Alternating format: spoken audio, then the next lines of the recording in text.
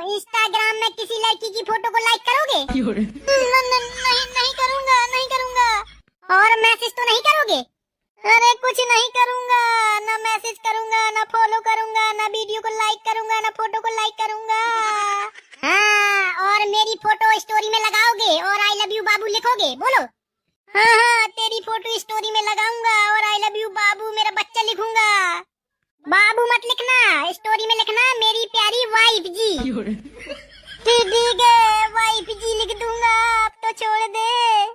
और स्टोरी में लिख देना कि मैं सिंगल नहीं हूँ, मेरी शादी हो चुकी है, समझे? ठीक है, मैं लिख दूंगा स्टोरी में कि मेरी शादी हो चुकी है, मैं रड़ुआ नहीं हूँ, मेरी वाइफ जी है। अगर किसी लड़की को आंख उठा के देखा तो दोनों आंखें फोड़ दूंगी तुम्हारी उल्लू जैसी हैं जो। अरे नहीं देखूंगा किसी लड़की को, मैं तो अंधा हूँ,